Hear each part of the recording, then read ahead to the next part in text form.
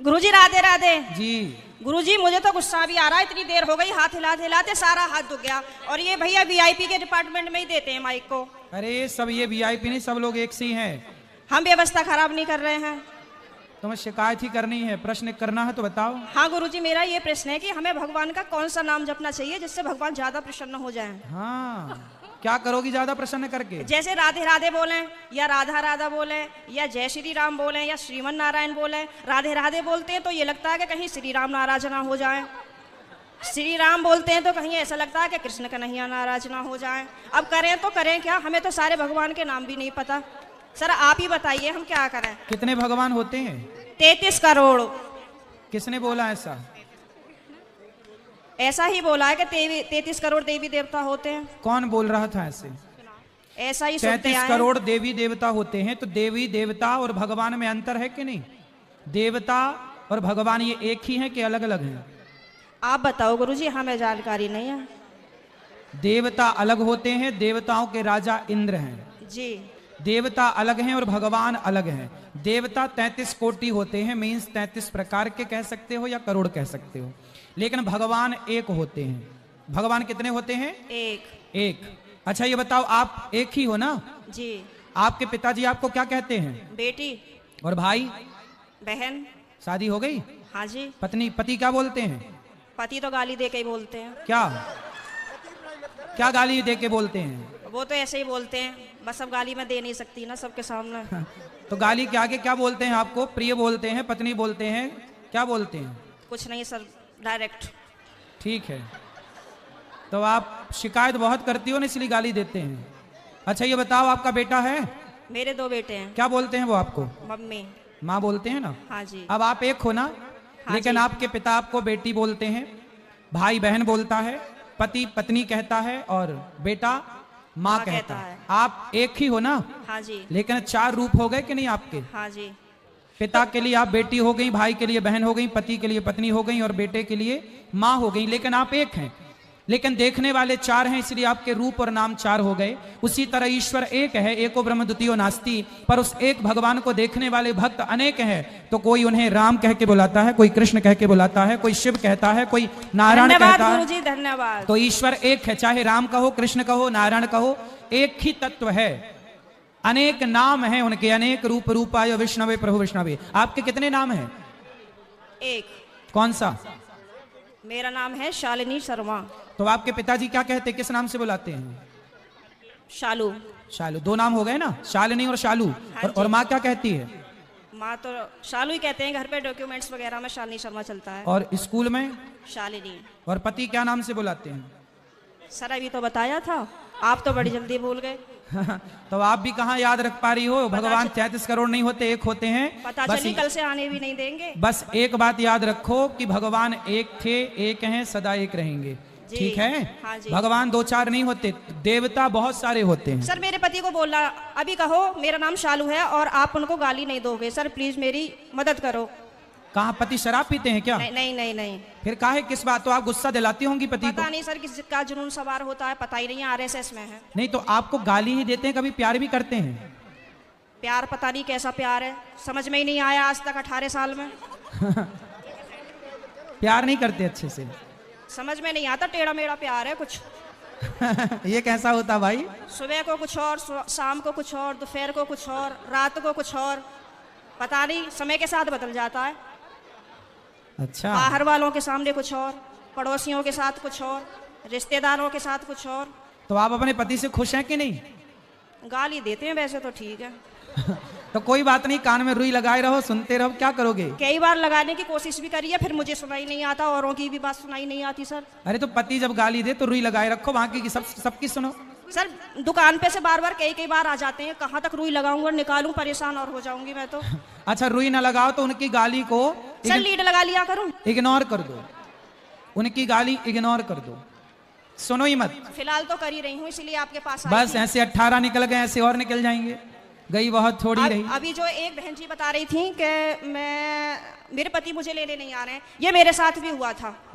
और मैं 2-3 महीने मायके रही, फिर मेरे दिमाग में आया कि चल अपने घर को यहाँ कुछ ना रखा, खामो खाम की बात बिगड़ जाएगी, और मैंने अपना पैकिंग करी, अपना बोइया बिस्तरा उठाया और मैं आ गई घर पे। ससुराल? हाँ जी, घर पे आके मुझे सबने देखा तो सबको शौक लग गया कि हो पता ना कैसे आ गई। मैंने कि ऐसे ही रहूंगी अब तो यहीं पे ही। सही है। सही करा मैंने। हाँ, मैंने यही तो समझाया उस बहन को। हाँ, अब तो मैं ऐसे ही रहती हूँ, शेरनी बन गई सर आपके कहने से। शेरनी बन गई अब हाँ। तो पति सुरक्षित है कि नहीं पहले शेरनी से? पहले सब लोग मुझसे कहते थे तो मैं रोती थी। हाँ। लेकिन उन्होंने मुझे रुला रुला के इतना मजबूत कर दिया है हाँ। कि अब मैं सीधी दहाड़ मारती हूँ। तो वो लोग रोते होंगे अब वो परेशान हो जाते हैं, घर में से चुप निकल जाते हैं। सही है। करा गुरुजी मैंने। सही है, सही है। सास आपकी परेशान रहती है आपसे क्या? नहीं, सास परेशान नहीं रहती, प्रॉब्लम तो पति से ही है। लेकिन मेरी सास की ये प्रॉब्लम है कि वो अपने बेटे को नहीं समझाती हैं। कह देती हैं हाँ सही कह रहा है, सही तो है, ऐसे ही होए करे। अरे ऐसा कैसे होए करे है? सही है। मैंने बोला है मम्मी को, मैंने कि थोड़ा सा अपने बेटे को भी समझाया करो, मतलब आप उनसे बोला करो कि इस तरीके का व्यवहार नहीं करना चाहिए अपनी पत्नी से, वो भी तो तेरे लिए ही आई है। सही है, सही है। मेरे अड़ोसी पड़ोसी से भी कहते हैं कि ये पता नहीं आप कैसे रह रही हो, कैसे झेलती हो इनको। मैं कहती हूँ अब क्या करूँ, कहाँ जाऊँ, कहीं ठिकाना ही नहीं है। बस यही है कि चलो जैसा ऊपर वाला रखेगा वैसे रह ही रहे, पर मैं खुश रहती हूँ। ठीक है। भागवत में जाती हूँ, खाटू श्याम के प्रोग्राम तो मैं कहीं के भी नहीं छोड़ती। पति जाने देते हैं? मेरे घर वाले तो यूँ कहते हैं वैसे तो घर में दंगा रखती है, वैसा भागवत और उसमें जाती है। तो मैंने कि फिर क्या करूं, आप बतला एक लिया काम करो करो, मुझसे। आप पति को कल ले आना, प्रश्नोत्तरी में मैं समझाऊंगा, वो कभी गाली नहीं देंगे आपको यदि आप कल ले आई उनको। तो गुरुजी आप यहीं के माध्यम से ये संदेश दे दो कि जहाँ भी शालिनी शर्मा के पति हो वो कल को प्रश्नोत्तरी में जरूर आए। अरे ये भी हम ही कहें तुम ना हाँ लाओगे? सर, नहीं मुझे आप ही की मदद चाहिए, मैं हर जगह से टूट चुकी तो हूँ। फिर इनके पति जहाँ हो, क्या नाम है? पंकज कुमार शर्मा। पंकज कुमार शर्मा जी कल की प्रश्नोत्तरी में जरूर आए, है ना? उनकी पत्नी बहुत दुखी है और उनको गाली ना दें, हम समझाएंगे आपको। बिल्कुल हम समझाएंगे। गाली ना दें अपनी पत्नी को। सही है। धन्यवाद गुरुजी, मैं बहुत खुश हूँ। कल मैं कलश यात्रा में नहीं गई थी, किसी ट्रेजेडी होने की वजह से मुझे वहां जाना पड़ा। लेकिन मैं पूरी रात इतनी परेशान रही और मैं आज 2 बजे ही आके बैठ गई, यहाँ से आपको देखती रही। मैंने कब आएंगे कब आएंगे कब आएंगे, और अभी भी मेरा कोई जाने का मन नहीं है। अगर आप रात को यहीं रुको तो मैं भी रुक जाऊंगी। ठीक है, क्या करूं मैं? अभी तो आपको पति की जरूरत है, पति के पास जाइए मैं तो और कमरे में पति को कल जरूर लेके आइए। मैं कमरे में अपने आप को बंद करके और आप ही का देखती रहती हूँ। मेरे पति जैसे सुन लेते हैं ना कि जंगले में से फिर लगी पड़ी है, तो कहेंगे हो वैसे तो बड़ी पुजारन हो रही है, वैसे हमसे पूरे दिन रात ऐसी मारा है हमारी। अब मैं क्या करूं भाई? वैसे प्रेमानंद जी को सुनती है, कभी अनिरुद्धाचार्य जी को सुनती है, बाबा आएंगे यहाँ पे करने के लिए तेरा उद्धार। मैंने कहा हाँ मेरा तो ये उद्धार करेंगे। मैंने कहा आप बतला लिया करो तो मुझसे। तो पति बात नहीं करते आपसे? पता नहीं, समझ में नहीं आई आज तक बातें। चलो अब ले आना कल, तो हम समझाएंगे तरीके से। ठीक है गुरुजी, बहुत बहुत धन्यवाद। खुश रहिए जी। गुरुजी क्या होता है ना, लाइफ में आप कुछ अचीव करते हो, अपने गोल्स बनाते हो और अचीव करने के बाद फिर वो थोड़े दिन रहता है, उसके बाद फिर आपकी और इच्छाएं बढ़ जाती हैं। जैसे कि फॉर एग्जांपल मेरे को बचपन से था कि मुझे एक फेंडी का चश्मा चाहिए। मैं दुबई गई, मैंने वो खरीदा और फिर वो नॉर्मल है। तो ऐसे ही करियर में भी चलता है। तो अपने अंदर वो सेटिस्फैक्शन लाने के लिए कि आप जितना है उतना भी इनफ ही है, उसके लिए आप कुछ बताइए जो हम प्रैक्टिस कर सके लाइफ में। ऐसा है, पहले दौड़ लो,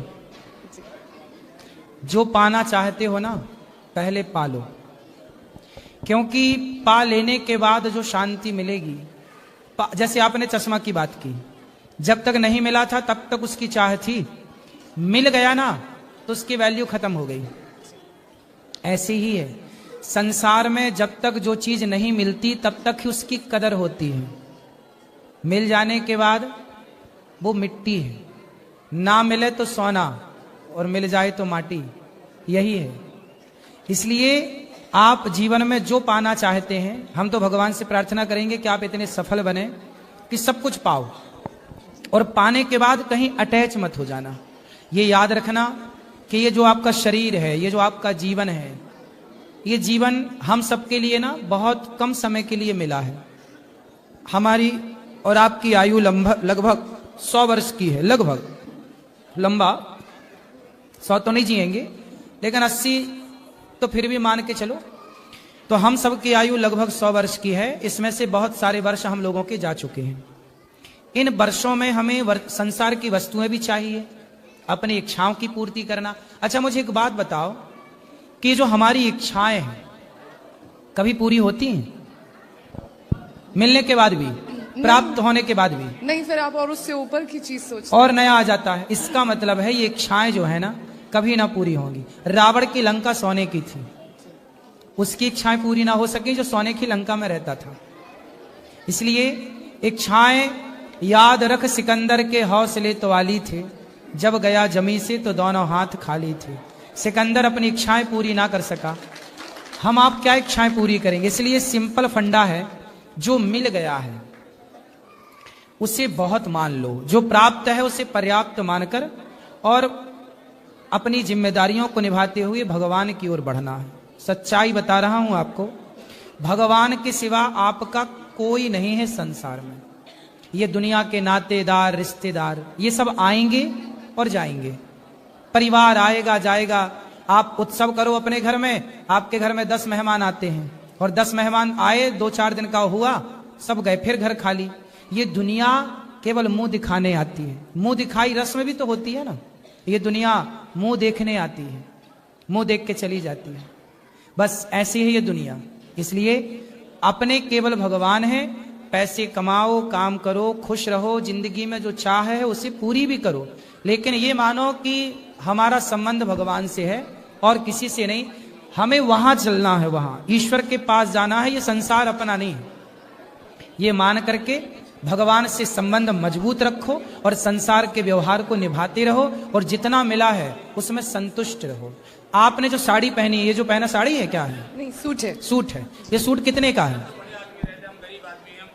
पता नहीं। फिर भी 1000, 2000, 10,000, 20,000, हाँ, ऐसे ही कुछ। हाँ जी, तो 5,000 का। उसके आसपास। सुनो सुनो सुनो, चुप रहो। ऐसा है कि जो सूट आपने पहना है, ये सूट जो है ये 5, माना कि 2000 का सूट है आपका। ये 2000 का सूट आपना भी 1 साल और पहनना। 1 साल पहनने के बाद आप किसी को देने चाहोगे ना तो लेने वाले बहुत मिल जाएंगे, भाई हमें दे दो, हमें दे दो, है ना। मतलब आपका उतारा हुआ कपड़ा लेने वालों की लाइन लगी है। इसका मतलब उन लोगों से आप बहुत बेहतर हैं, जिन लोगों के पास देखने को आंख नहीं है, जिन लोगों के पास चलने का पांव नहीं है, जिन लोगों के पास सुनने के लिए कान नहीं है, जिनके पास बोलने की वाणी नहीं, आप बोल पा रही हो। बहुत लोग हैं जो गूंगे हैं।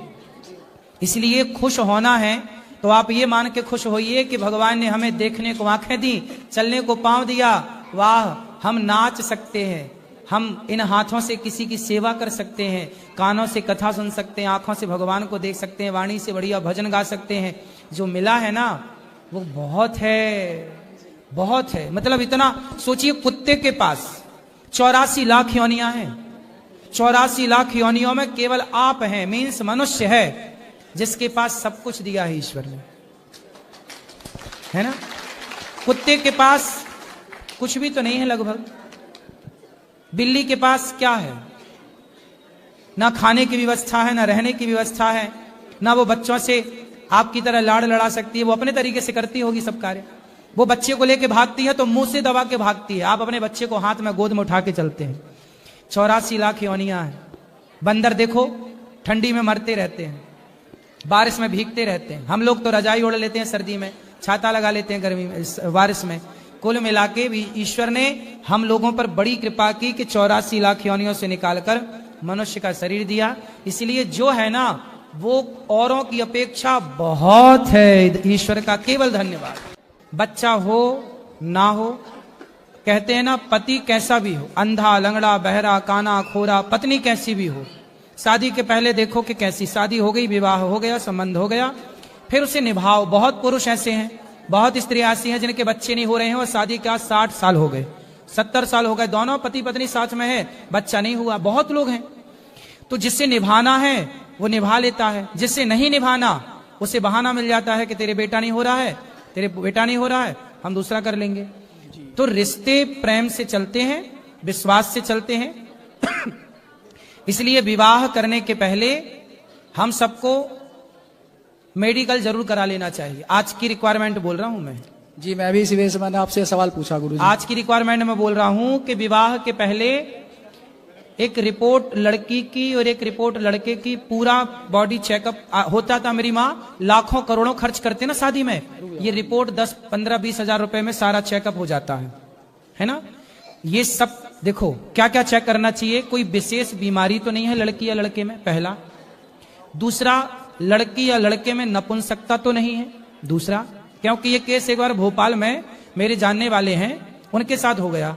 उनकी लड़की थी एक, देखिए एक लड़की थी और बहुत अमीर थे वो, और उन्होंने विवाह, लड़की एक थी या दो थी, एक के बारे में मुझे पता है, दो रही होंगी भगवान जाने। एक लड़की थी, वो बहुत पैसे वाले थे, उन्होंने अपनी बेटी का विवाह कर दिया। जब विवाह किया, बेटी भी बहुत सुंदर थी और बेटी भी बहुत योग्य थी, पढ़ी लिखी थी। जब विवाह किया तो पता चला विवाह के बाद कि वो जो पुरुष है जिसके साथ विवाह हुआ, वो आदमी वो नपुंसक है।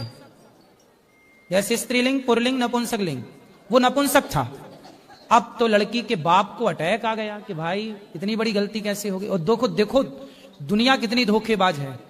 उस लड़के के माँ बाप को तो पता था, तो पूछा गया कि भाई आपने क्यों नहीं बताया कि तुम्हारा बेटा नपुंसक है? अरे बोले शादी के बाद शायद सब ठीक हो जाता। अरे ये चीजें थोड़ी ठीक हो जाती हैं, लेकिन अब तो जिंदगी लड़की की हो गई।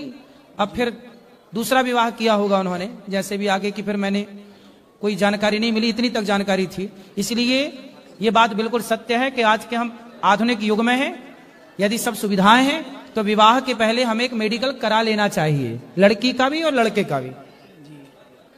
ये सबसे बेस्ट समाधान है।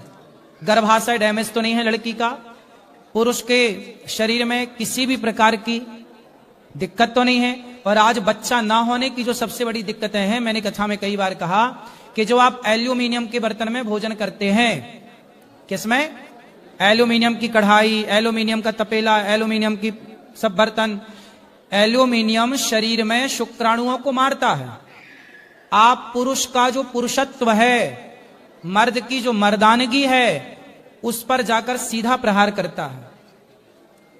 लेकिन अब समझाए कौन तुम्हें? हम तो लाख बार कह चुके हैं कथा से कि घर में पीतल के बर्तन रखो दाल बनाने के लिए, सब्जी बनाने के लिए। पुराने जमाने में काय का बर्तन था? मिट्टी का था, पीतल का था और इत्यादि। कढ़ाई लोहे की रखो और अन्य धातुओं, एल्यूमिनियम छोड़ के सारे बर्तनों का प्रयोग करो। एल्यूमिनियम का बर्तन प्रयोग करोगे तो आपके बच्चे वही बर्तन में खाएंगे, वही बर्तन में बनेगा। तुम्हारी बेटी के अंदर गर्भाशय डैमेज होगा, क्योंकि पुरुष और स्त्री दोनों के संयोग से जब बच्चे का प्रोसेस होता है तो पुरुष का स्त्री के गर्भ में जब तेज स्थापित होता है तो स्त्री के भीतर जो प्रोसेस होता है, वो प्रोसेस करने वाले जो शक्ति चाहिए वो सब डैमेज हो चुकी होती है एल्यूमिनियम के बर्तन में भोजन करने से और बना के खाने से। इसलिए लड़की के लिए नुकसानदायक है, लड़कों के लिए भी नुकसानदायक। अपने बेटों को, यदि आप अपने बेटों को नपुंसक बनाना चाहते हैं तो एल्यूमिनियम के बर्तन में खवाना, और यदि नपुंसक नहीं बनाना है तो फिर आज ही सारे बर्तन खत्म कर देना एल्यूमिनियम के, कभी खरीदना मत। पहले तो ये समस्याएं ना के बराबर थी, आज ये समस्याएं 10% से ज्यादा हैं। आए शादी होती है, 4 साल हो गए, बहू के बेटे ही नहीं हो रहा है। काहे नहीं हो रहा है? दूसरी बात, एल्यूमिनियम का बर्तन तो पहला है, पहला कारण क्या है? एल्यूमिनियम का बर्तन। दूसरा कारण, हमारे यहां विवाह के पहले होना चाहिए ब्रह्मचर्य। कौन? 4 आश्रम में पहला आश्रम कौन सा? ब्रह्मचर्य। पहले लड़का और लड़की दोनों पूरी शादी के पहले तक ब्रह्मचारी रहे, अपने शरीर की एनर्जी को अपने भीतर रखें। आजकल क्या हो रहा है? शादी के पहले लड़का लड़की लिव इन में रह लेते हैं, शारीरिक संबंध बना लेते हैं। क्या होता है? इससे जो उनका वीर्य है, भाई वीर्य से ही तो पुत्र होता है। अब वो विवाह के पहले ही आप लोगों ने लिव इन में रह करके और वीर्य को पानी की तरह बहा दिया, तो आपके अंदर जो पुरुषत्व था वो तो समाप्त हो गया, एनर्जी बची नहीं। अब वो शुक्राणु धीरे धीरे कम होते चले गए। अब जब तक विवाह हुआ तब तक तो आप पहले लिव इन में रह रहे के सब खत्म कर चुके हैं। अब जब विवाह हुआ तो पत्नी बेचारी बिना बच्चे के रह जाएगी। चूंकि आप लोग समझते नहीं है, इसलिए हमारे यहां कहते हैं पहला आश्रम ब्रह्मचर्य, फिर गृहस्थ। ब्रह्मचर्य का पालन तो करो, पालन ही नहीं हो रहा है। लड़के आजकल के समझ ही नहीं रहे हैं। जब जहां देखो जहां वहां लिव इन ही चल रहा है, जहां मौका मिला वहीं वो अपना कॉलेज के बाहर देखो, शाम के समय देखो लड़का लड़की चिपके मिलते हैं। क्या है ये सब? इससे क्या होगा? तुम्हारे बच्चे तुम पैदा ना कर पाओगे, ध्यान रखना इस बात का। इसलिए ध्यान रखो इन बातों का कि हम आहार विहार अच्छा लें। अब चाउमीन पिज्जा बर्गर खा रहे हैं, खान पान भी तो बिगड़ गया। पहले के खान पान शुद्ध था, तो अच्छा खान पान। पहले के लोग घी पीते थे साहब, घी तो घी में ताकत होती थी। आजकल का आदमी 1 चम्मच घी नहीं पचा पा रहा है। पहले के आदमी 1 गिलास घी पीते थे। पहले के ना तभी ना 10-10 बच्चे पैदा करते थे, तो हमसे एक नहीं हो रहा है। तो कारण सब प्रकार के हैं। इसलिए पहला ब्रह्मचर्य का पालन करो, दूसरा खान पान बेहतर करो, एल्यूमिनियम तो बिल्कुल त्याग दो, अंकुरित अनाज खाओ और बच्चों को ब्रह्मचर्य का पाठ पढ़ाओ। बेटा ब्रह्मचर्य क्या होता है, ये छोरा छोरी जो साथ में तुम रहते हो, इससे तुम अपना नुकसान करोगे और कुछ नहीं। क्या समझाएं मूर्खों को हम वैसे भी। चलो, आपका बहुत बहुत धन्यवाद गुरुजी, आपने ये जानकारी सभी को दी।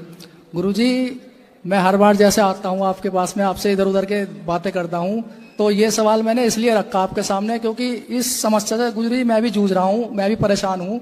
मैंने आज तक अभी तक आपसे नहीं मैं बताना चाहता था। जैसे आपके पास आते भी हैं, आप कहते हैं कि ऊपर भगवान पर विश्वास और नीचे डॉक्टर। मैं भी इस बात को मानता हूँ गुरुजी, लेकिन कुछ लोग जो है वो कहते हैं कि जैसे तू गुरुजी का शिष्य है और गुरुजी के वृंदावन जाता है, गुरुजी के पास भी जाता है, तो तेरे साथ में ये समस्या क्यों है? कभी उनसे अपने बारे में बात किया कर।